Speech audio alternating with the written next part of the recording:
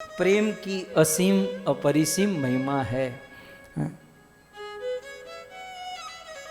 कई बार हमारे मन में होता है कि हम भी गोपियों की तरह तो नहीं, लेकिन गोपियों के पद चिन्हों पर इस प्रेम की प्राप्ति करें, इस उच्चतर प्रेम की सीमा में हम सब पहुंचे।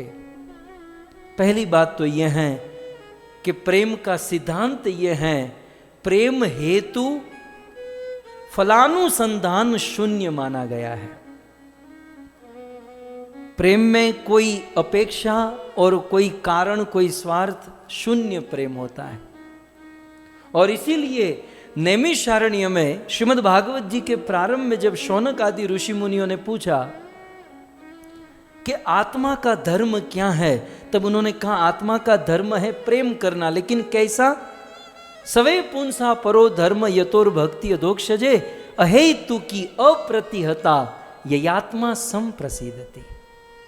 हम लोग भक्ति तो करते हैं, लेकिन हमारी भक्ति अहेतु की कितनी है, अप्रतिहता कितनी है, ये हमें चेक करना है। सो गोपियां कृष्ण से प्राण से भी अधिक चाहती हैं।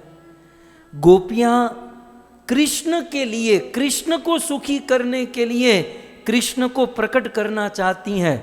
लेकिन एक बार भी गोपियों ने ऐसा नहीं कहा कि कृष्ण हम आपके लिए दुखी है। नहीं, कृष्ण गोपियां कहती हैं कृष्ण हम दुखी, आप हमारे लिए प्रकट हो जाइए, आपके लिए नहीं।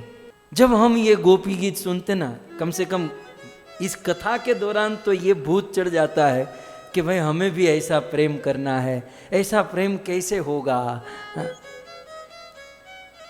एक बात ध्यान रखिएगा, गोपियों की ये जो अवस्था है, मतलब ये फिजिकल कार्य नहीं है कि हम कल से गोपियों की तरह करेंगे। नहीं, 2-5 दिन रहेगा फिर हवा हो जाएगा। गोपियों की ये अवस्था कोई फिजिकल कार्य नहीं है, ये पुरस्कार है। गोपियों की ऐसी अवस्था ये कार्य नहीं, ये पुरस्कार है। तो फिर मन में प्रश्न होगा कि इस अवस्था रूपी पुरस्कार हमें कब मिलेगा? तब श्रीपाद श्रीधर स्वामी बहुत सुंदर अपनी भावार्थ दीपिका टीका में लिखते हैं कि गोपियों की तरह हमें कार्य नहीं करना है, हमें कुछ ऐसा करना है जिससे हमें वह पुरस्कार मिल जाए, ताकि हम उस अवस्था में पहुंच जाए। यह अवस्था मार तोड़ कर, अपनी इंद्रियों को ढाल कर, मेहनत करके नहीं होती। ये गोपियों की अवस्था एक मेडल है, एक पुरस्कार है। वो कुछ अन्य मेहनत करने से होती है। तो वो प्रॉपर मेहनत क्या है? श्रीपाद श्रीधर स्वामी कहते हैं, ये श्रीधर स्वामी की टीका है भावार्थ दीपिका, बहुत सुंदर। उन्होंने इसे सब संस्कृत में है, आप थोड़ा थोड़ा एक एक शब्द समझने का प्रयास कीजिए। अब जब इन संस्कृत को ही नहीं समझेंगे तो गोपी गीत, गोपी भाव और कहाँ कैसे समझ पाएंगे? इसलिए थोड़ा सा समझना होगा। वह अवस्था कैसे, वह अवस्था पुरस्कार के रूप में हमें प्राप्त हो सकती है, लेकिन उसके लिए बहुत बड़ी जर्नी है। वो जर्नी ये श्लोक से ही पता चलती है कितनी लंबी जर्नी है। तो श्रीधर स्वामी लिखते हैं कि अत्र च प्रथमम, उस अवस्था में पहुंचने के, वो फिर से मैं कहता हूं, वो अवस्था ऐसा नहीं कि चलो हमको पता चल गया गोपियां ऐसा करती हैं, कल से हम भी ऐसा करेंगे। नहीं, ये तो सहजिया हो जाएगा, ये तो एक अनुकरण हो जाएगा। वो अवस्था हमें पुरस्कार के रूप में प्राप्त होगी। कैसे? तो श्रीधर स्वामी कहते हैं अत्र च प्रथमम, सबसे पहले आपको क्या करना पड़ेगा? महत् सेवा। ये है अत्र च प्रथमम महत् सेवा। सबसे पहले महात्माओं की सेवा करनी होगी। सीधे उस लेवल में सीधा वो पुरस्कार नहीं मिलेगा। या अभी कुछ समय पहले ओलंपिक हुआ ना, उसमें हमारे भारत के कई लोगों को पुरस्कार मिले, तो हम तो ताली बजा कर वाह बहुत अच्छा, बहुत पुरस्कार। लेकिन जानते हैं उस पुरस्कार के पीछे उनकी आधा जीवन बीत गया। वो प्रैक्टिस करने में, अभ्यास करने में वो आधा जीवन बीत गया, तब जाकर उसे पुरस्कार मिलता है। तो कुछ मेहनत करनी होगी, अनुकरण नहीं करना है, अनुसरण करना है। वो मेहनत, प्रॉपर विधि, वो मेहनत क्या है, इससे क्लियर और कोई नहीं बता सकता। श्रीपाद श्रीधर स्वामी कहते हैं, अत्र च प्रथमम, सबसे पहले महत् सेवा, सबसे पहले महत् सेवा। महत् माने महात्मा, महात्माओं की सेवा करो। अब ये एक अलग टॉपिक हो जाएगा कि महात्मा किसे कहते हैं। यहां तो बाल की खाली निकालनी, तो अब प्रश्न तो यहां पर भी बन रहा है, तो महात्मा किसे कहते हैं। आपने तो कह दिया महात्मा की सेवा करो, तो महात्मा किसे कहते हैं। तो फिर भागवत के 5वें स्कंध में जाना होगा। महत् सेवा द्वार आहु विमुक्ते तमो द्वारम योषिता संगी संगम। भगवान ऋषभ देव ने अपने 100 पुत्रों को कहा, तो उन्होंने पूछा महात्मा किसे कहते हैं। तो भगवान ऋषभ देव कहते हैं, महान तस्ते, महात्मा वो है सबसे पहला समचित्त, जिसका चित्त सम है, दूसरा प्रशांत है, तीसरा विमन्यव, विनम्र है, और साधव चौथा शास्त्र के सिद्धांतों को अपने जीवन में पालन करता है। महान तस्ते समचित्ता प्रशांता सुमन्यव सुहद साधवो। ये महात्मा वो है जिसका चित्त सम है, जो सभी जीवों का भला चाहता है, जो शास्त्र के सिद्धांतों को अपने जीवन में उतारता है, महात्मा है। श्रीपाद श्रीधर स्वामी कहते हैं, अत्र च प्रथमम महत् सेवा, सबसे पहले महात्माओं की सेवा करो। महात्माओं की सेवा कर दी। अब इसमें बहुत सारी बातें हैं, अब इसमें चला जाऊंगा तो गोपी गीत हमारा अधूरा रह जाएगा, जो एक श्लोक हमको आज लेना है। फिर यहाँ पर यह भी प्रश्न होगा ना, भाई सेवा कैसे करनी चाहिए।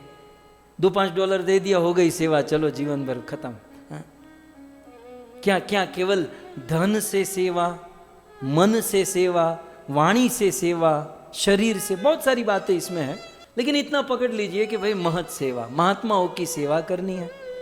ततश्च, महात्मा की सेवा करने से क्या होगा, ततश्च तत्कृपा, उस महात्मा की कृपा प्राप्त होगी।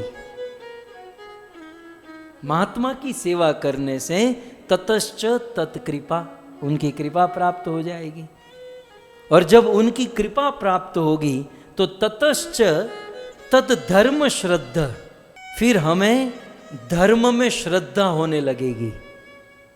ये श्रद्धा तो बहुत दूर होगी, फिर ऐसा लगेगा कि नहीं, ये भागवत धर्म, सनातन धर्म, गौड़ीय धर्म, सो धर्म में श्रद्धा।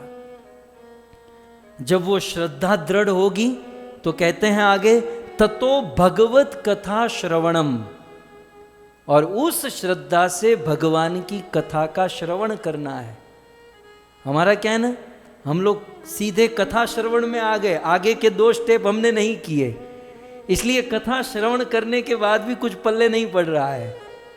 कोई बात नहीं, आपने 3rd ग्रेड ले लिया है तो 1st और 2nd ग्रेड को क्लियर कर दीजिए साथ साथ में। कई बार कुछ लोग होते हैं ना, कुछ स्टूडेंट इतने होशियार होते हैं कि एक साथ 2-3 ग्रेड कर लेते हैं। तो हम लोग भी साथ ही साथ महत् सेवा भी करें, महात्माओं की कृपा भी प्राप्त करें, और भगवत कथा का श्रवण भी करें।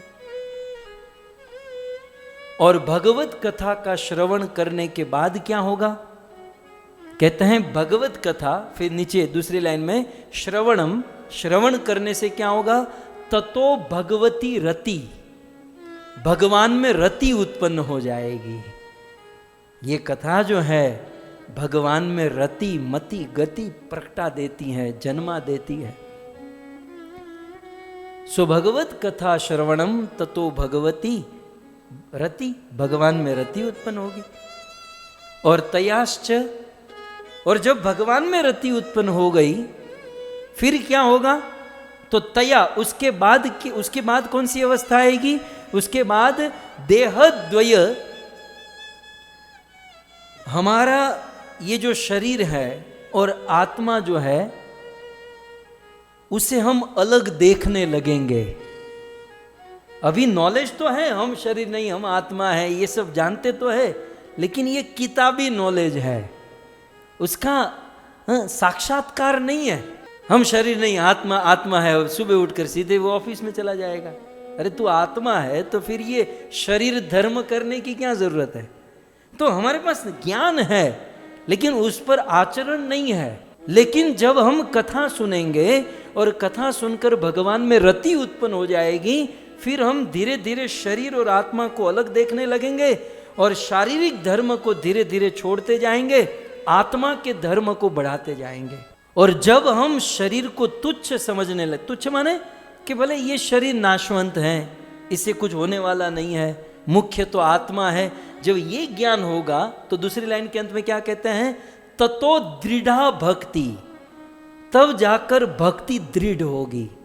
देहद्वय विवेकात्म ज्ञानम, जब दो देह का विवेक ज्ञान होगा कि हम शरीर और आत्मा अलग है, ततो दृढ़ा भक्तिर भवति, तब भक्ति दृढ़ होगी।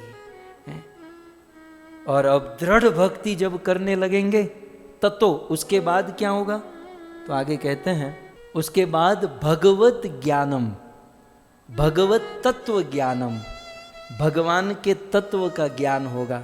आप केवल इतना चेक कर लीजिए कि आप इसमें कहां पर है अपने आप को खोज लीजिएगा तो तब भगवत ज्ञानम, तब भगवान का ज्ञान होने लगेगा। और जब भगवान का पूर्ण तत्व ज्ञान होगा तो ततस्तत् कृपा, उस भगवान की कृपा से सर्वज्ञत्वादि, फिर भगवान की कृपा से संसार में आप कोई भी वस्तु देखोगे, उस वस्तु में भगवान की लीला आपका दर्शन होगा। आपको संध्या आएगी ना, शाम होगा तो लगेगा कि ये संध्या नहीं, ये मेरा श्याम सुंदर आया है। कोई भी काली वस्तु देखोगे तो वो कृष्ण का स्मरण होगा, सफेद वस्तु देखोगे तो राधा रानी का स्मरण होगा। जीवन में कुछ भी आप देखोगे भौतिक चीज, लेकिन उसमें भगवत लीला, भगवत गुण, ये सब प्रस्तुत होने लगेगा। और जब इस अवस्था को प्राप्त होंगे तब जाकर वो गोपियों का जो स्थिति है वो पुरस्कार प्राप्त होगा। ऐसा नहीं कि बस कर लूं मैं, आज से करना ही है तो ये सब करना है, महत सेवा, महात्माओं की सेवा, और फिर उनमें श्रद्धा, और फिर कथा का श्रवण, ये हमें मेहनत करना है। और यह मेहनत करने से हमें वह अवस्था प्राप्त होगी।